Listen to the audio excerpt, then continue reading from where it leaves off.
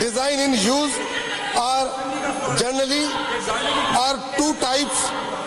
Low volume of traffic. For low volume of traffic, the department use roads note 29 and 31, which is British international standard. Second, high volume of traffic. For high volume traffic, international standard ISHITO payment design, ASHTO payment design guidelines 2004 are in use.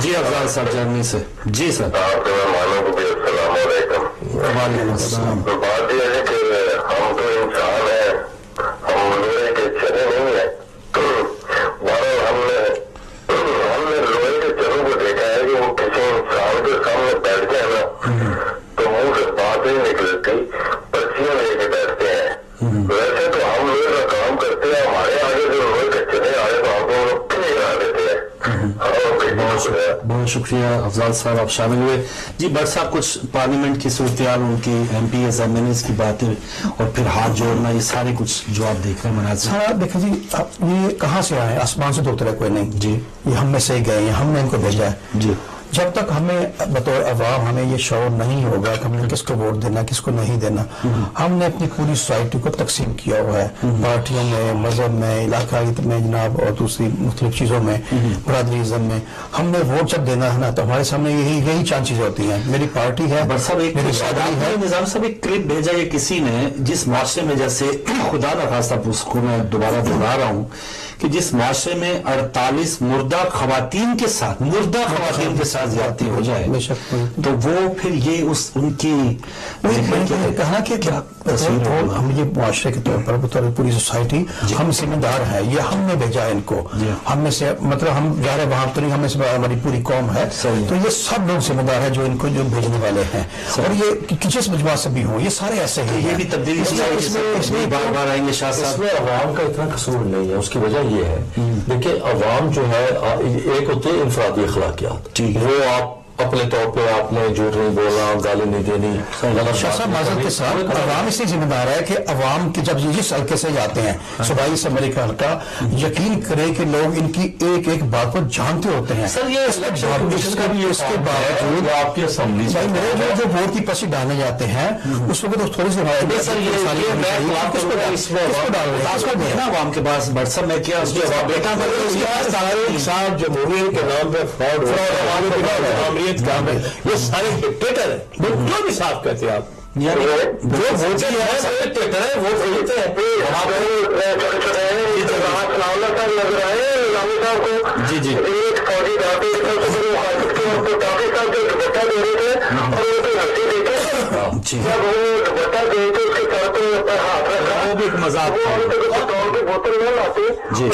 Party کے شاہجہانی جتنے بھی آپ دیکھیں جتنے یہ گل کھلا رہے ہیں, یہ کون سے منہ سے دوبارہ پیپل پارٹی آئے گی جو عورتوں کی عزت اور احترام ایک دن پہلے اسی عورت کے ساتھ شالا رضا نے خود بدتمیزی کی تھی. ٹھیک ہے, آپ کو پتا ہے کہ یہ جھاڑ کے بٹھا دیتی ہے. اور پیپل پارٹی میرے خیال ہے ابھی نام لینے کو بھی میرے خیال میں نہیں ملے گی پاکستان میں. یہ سندھ میں بھی ان کی جو نا رہتی سہتی جو ہے نا تھوڑی سی